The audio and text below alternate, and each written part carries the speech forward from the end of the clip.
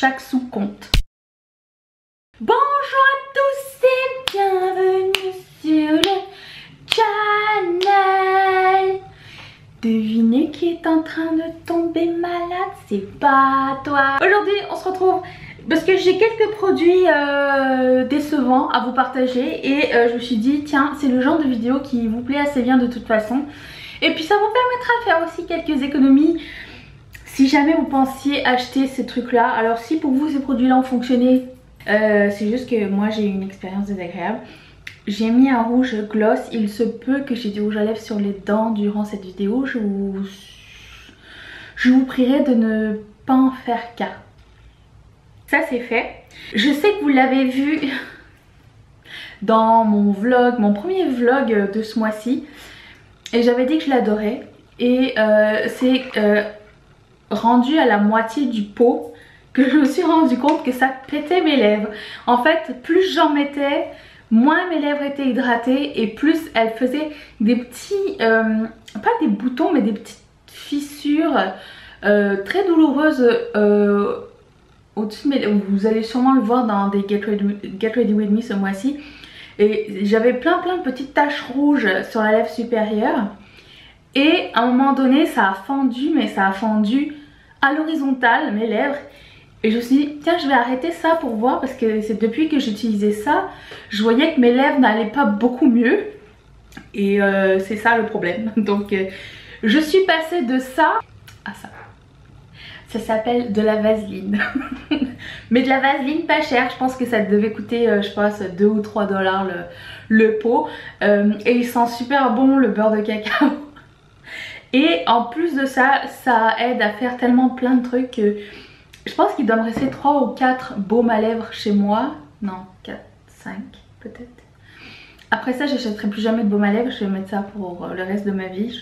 Il n'y a rien qui est plus efficace que de la vaseline. Donc ça, c'est un baume à lèvres de Tony Moly si vous voulez savoir. Ça n'a vraiment pas fonctionné pour moi. Ensuite, je pue à cause de ça.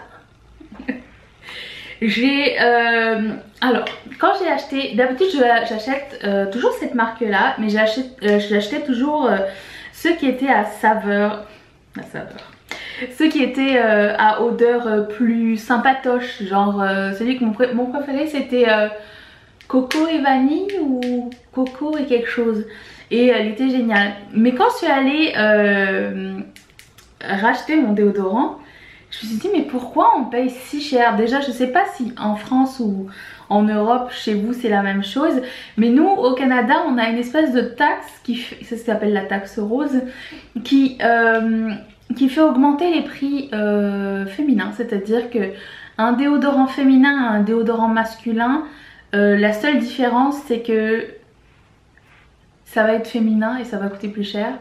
Il n'y a pas d'autre raison qui explique cette surtaxe féminine, et c'est sur de nombreux produits comme les rasoirs ou des trucs comme ça.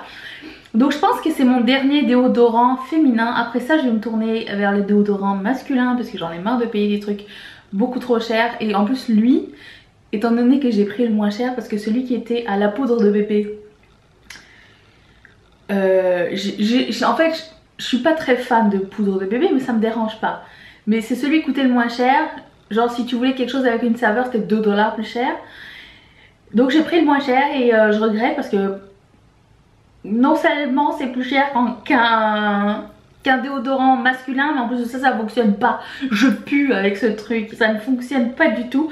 Donc je suis vraiment déçue. Je vais vous parler d'un gloss que j'ai pas vraiment aimé. En fait pour moi il a pas fait grand chose. C'est un gloss de Laura Mercier qui s'appelle Bear Baby. Alors, quand on voit un laiteux comme ça, rosé, je me suis dit soit c'est un transparent, ça va donner du lustre. Ça ne donne pas de lustre mouillé sur les lèvres, ça c'est concentré, ça ne donne absolument rien sur les lèvres. Et quand j'en mets encore plus, ça fait juste un espèce de laiteux très weird comme couleur sur moi. En tout cas c'est vraiment pas beau. Et du coup je me suis dit j'ai passé une sale journée, un sale make-up avec ce truc là. C'est vraiment pas esthétique. Et en plus je sais pas si, enfin moi ça me dérange pas, mais si vous êtes sensible à ça, ça colle. Et ça sent la crème brûlée ou quelque chose de sucré. Si vous êtes sensible aux odeurs aussi, il y a ça. Donc c'était pas un bon match pour ma couleur de peau.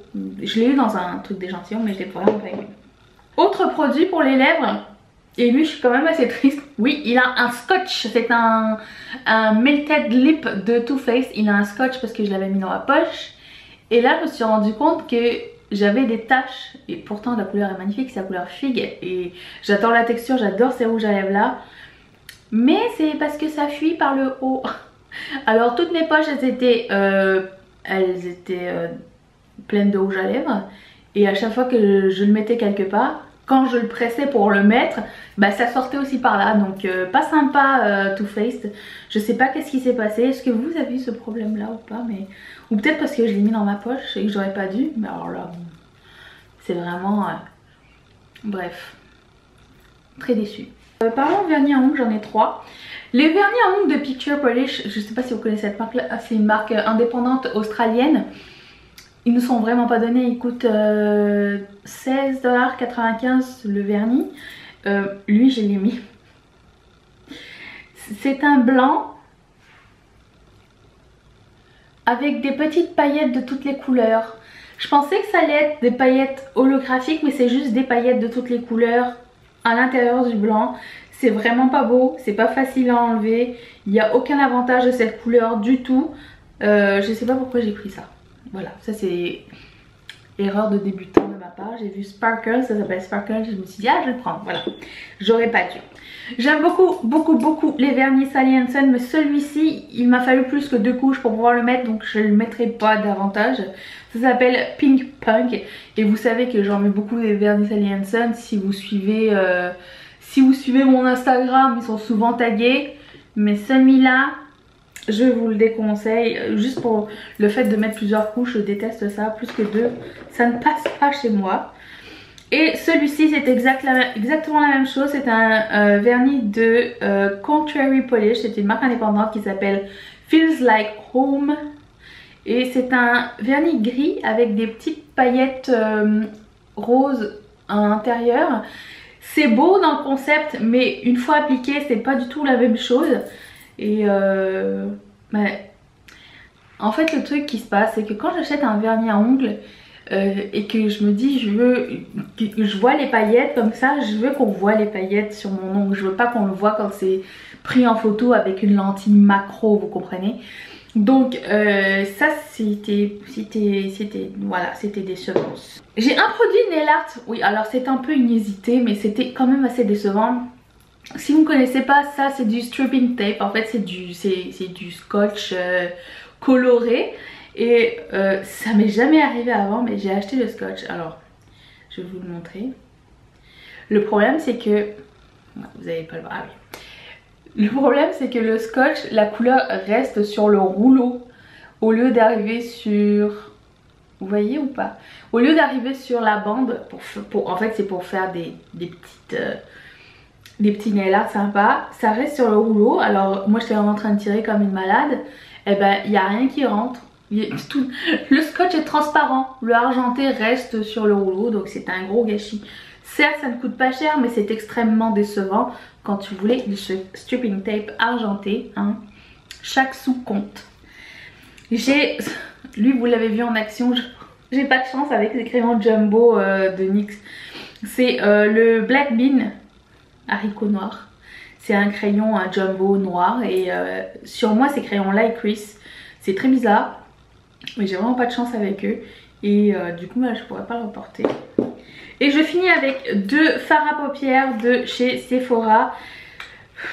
J'ai acheté ça il y a très longtemps et c'est les deux la même chose, enfin 2 couleurs différentes, mais j'achète toujours en ligne et des fois je me mettrai des coups de pied. Ils sont comme ça.